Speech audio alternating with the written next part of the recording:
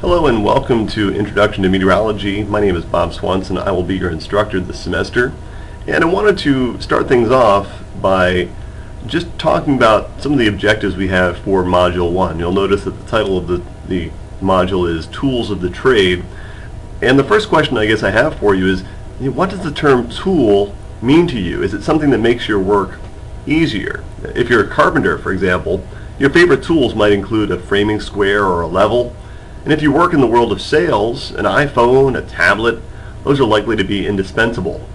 As a student, of course, a computer and textbooks are essential to your success. In any of these cases, having the tool doesn't mean anything if you don't know how to use it. Sometimes it might seem that learning how to use a tool can be a lot of work up front. And if you've ever seen the size of some of the user manuals for some of your electronics, it can be pretty daunting, right? However, most folks quickly discover that whether they use the user manual or not, the more you use your tool, the easier it becomes and the more features you discover.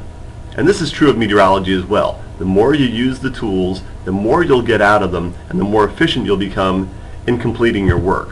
So here are some of the things we'll be focusing on this semester. And we're going to talk about what all this has to do with learning about weather.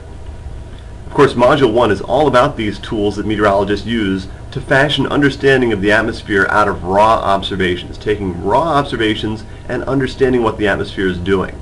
We'll start off examining such tools as map projections, universal time, temperature scales, and mathematical tools such as unit conversions and statistics.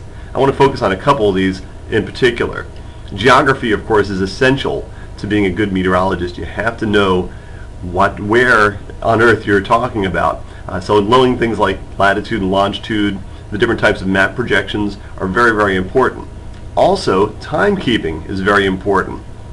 Weather maps are given in what's called universal time or Greenwich Mean Time, and sometimes it's even called Zulu time. But you'll have to get comfortable with translating between the time on the weather maps in universal time and your local time zone. So that's another thing we'll be focusing on in this first module. And of course, temperature is essential.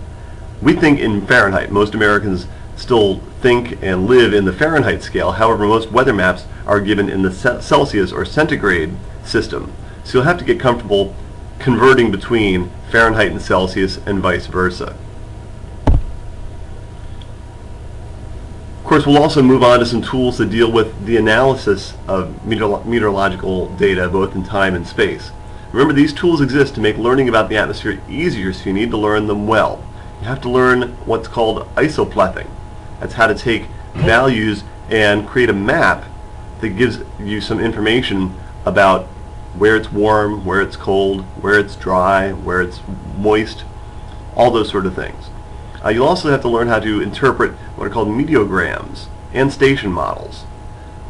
And of course, once you learn these tools, you need to not only learn about them, but you also need to practice using them. And that's why we have what are called skills tests as part of each module that will help you practice in reading weather maps. Because only by practice can you actually make these tools work for you in your understanding of meteorology.